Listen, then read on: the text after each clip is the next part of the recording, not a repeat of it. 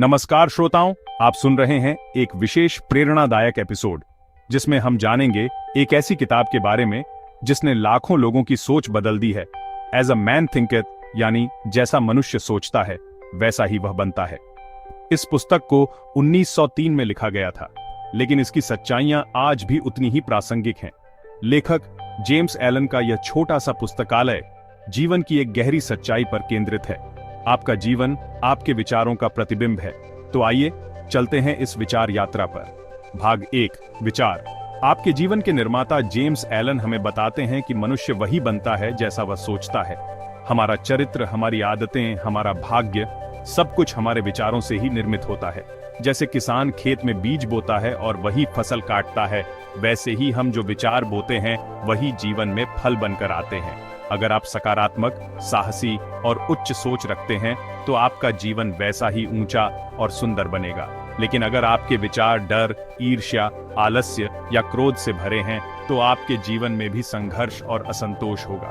भाग 2, विचार और चरित्र का संबंध। हमारा चरित्र कोई अचानक बना चेहरा नहीं होता। यह उन विचारों की श्रृंखला है जो हम रोज सोचते हैं। हर दिन के छोटे छोटे विचार मिलकर हमारी आदतें बनाते हैं और आदतें मिलकर हमारा चरित्र। जेम्स एलन कहते हैं, मनुष्य अपने विचारों का मालिक है और वह उन्हें बदलकर स्वयं को बदल सकता है। मतलब, अगर आप अपने जीवन में बदलाव चाहते हैं तो बाहर नहीं, अंदर देखिए, अपने विचारों को सुधारिए, चरित्र अपने आप निखर जाएगा।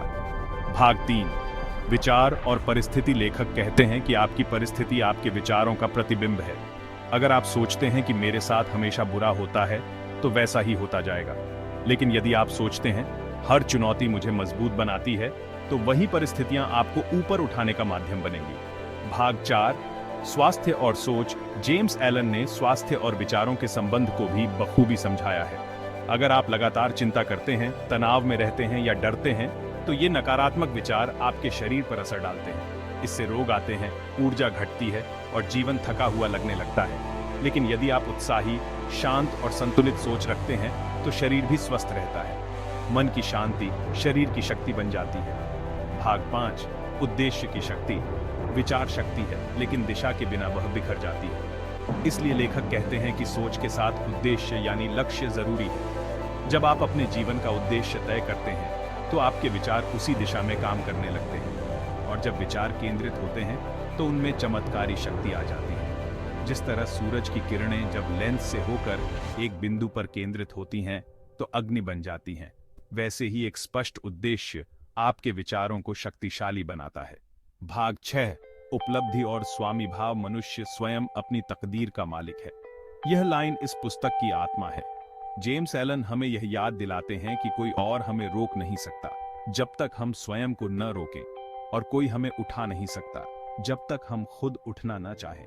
हर महान व्यक्ति जिसने जीवन में ऊंचाइयां छुई हैं, उसने सबसे पहले अपने विचारों को अनुशासित किया। विचारों पर विजय ही सच्ची विजय है। भाग 7, शांति की खोज। पुस्तक का अंतिम भाग शांति पर है। मन की शांति जीवन का सबसे बड़ा खजाना है, लेकिन यह शांति बाहर से नहीं, भीतर से आती है। और वह तभी संभव है जब आपके विचार स्थिर, सशक्त और सद्गुणों से भरपूर हों। शांत व्यक्ति हर परिस्थिति में स्थिर रहता है, वह दूसरों को प्रेरणा देता है और खुद भी एक मजबूत प्रकाश स्तंभ बन जाता है। तो साथियों, एज अ मैन थिंकर हमें यह सिखाती है कि हमारे विचार ही हमारे जीवन की कहानी लिखते हैं। अगर हम अपने विचारों को सजगता से, प्रेम और आत्मविश्वास से चुनें तो हमारा जीवन भी सुंदर, सफल और शांतिपूर्ण बन सकता है। याद रखिए, जैसा मनुष्य सोचता है वैसा ही वह बनता है। सोचिए श्रेष्ठ, बनिए श्रेष्ठ। आपका बहुत बहुत धन्यवाद इस यात्रा में साथ देने के लिए। अगर यह कहानी आपको पसंद आई तो जरूर साझा कीजिए और अपने विचारों को नया जीवन दीजिए। फिर मिलेंगे एक और प्रेरणादायक पुस्तक के साथ। तब तक के लिए सोच बदलो, जीवन बदलो।